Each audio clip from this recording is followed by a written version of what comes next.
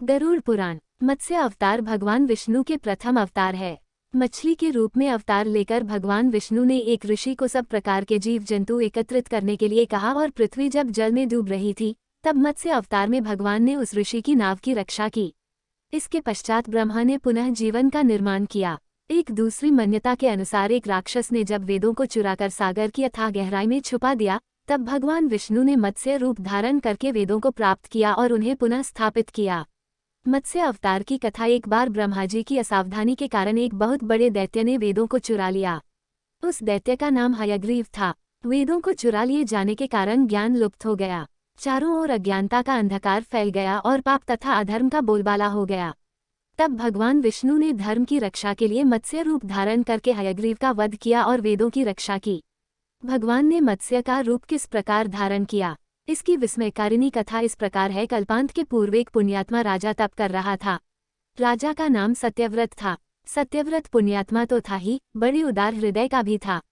प्रभात का समय था, सूर्योदय हो चुका था। सत्यव्रत कृतमाला नदी में स्नान कर रहा था।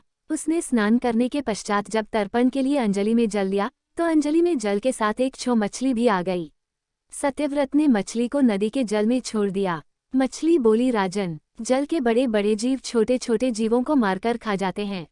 अवश्य कोई बड़ा जीव मुझे भी मारकर खा जाएगा। कृपा करके मेरे प्राणों की रक्षा कीजिए। सत्यव्रत के हृदय में दया उत्पन्न हो उठी। उसने मछली को जल से भरे हुए अपने कमंडलू में डाल लिया।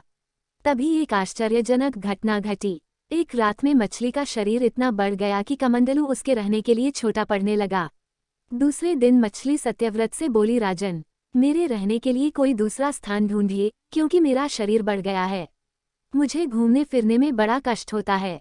सत्यव्रत ने मछली को कमंडलू से निकालकर पानी से भरे हुए मटके में रख दिया। यहाँ भी मछली का शरीर रात भर में ही मटके में इतना बढ़ गया कि मटका भी उसके रहने के लिए छोटा पड़ गया। दूसरे दिन मछली पुनः सत्यव्रत से बोली, राजन, मेरे रहने के लिए कहीं और प्रबंध कीजिए, क्योंकि मटका भी मेरे रहने के लिए छोटा पड़ रहा है। तब सत्यव्रत ने मछली को निकालकर एक सरोवर में डाल किया, किंतु सरोवर भी मछली के लिए छोटा पड़ गया। इसके बाद सत्यव्रत ने मछली को नदी में और फिर उसके बाद समुद्र में डाल दिया। आश्चर्य, समुद्र में भी मछली का शरीर इतना अधिक बढ़ गया कि मछली के रहने के लिए वह छोटा पड़ गया। अतः मछली पुनः सत्यव्रत से बोली, राजन, यह समुद्र भी मेरे रहने के लिए उपयुक्त नहीं है। मेरे रहने की व्यवस्था कहीं और कीजिए। अब सत्यव्रत विस्मित हो उठा। उसने आज तक ऐसी मछली कभी नहीं देखी थी। वह विस्मय भरे स्वर में बोला, मेरी बुद्धि को विस्मय के सागर में डुबो देने वाले आप कौन हैं? मत्स्य रूपधारी श्रीहरि ने उत्तर दिया, राजन, हयग्रीव नामक दैत्य ने वेदों को चुरा लिया है। जगत में चारों ओर अज्ञान और अधर्म का अंधकार फैला हुआ है। मैंने हयग्रीव को मारने के लिए ही मत्स्य का रूप धारण किया है। आज से 7वें दिन पृथ्वी प्रलय के चक्र में फिर जाएगी।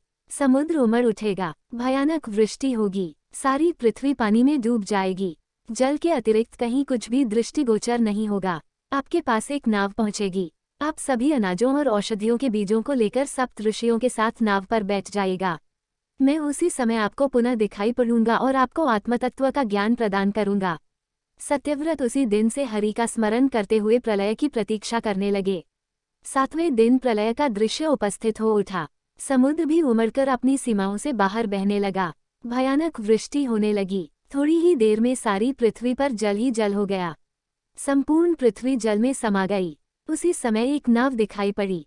सत्यव्रत सप्त ऋषियों के साथ उस नाव पर बैठ गए। उन्होंने नाव के ऊपर संपूर्ण अनाजों और औषधियों के बीज भी भर लिए।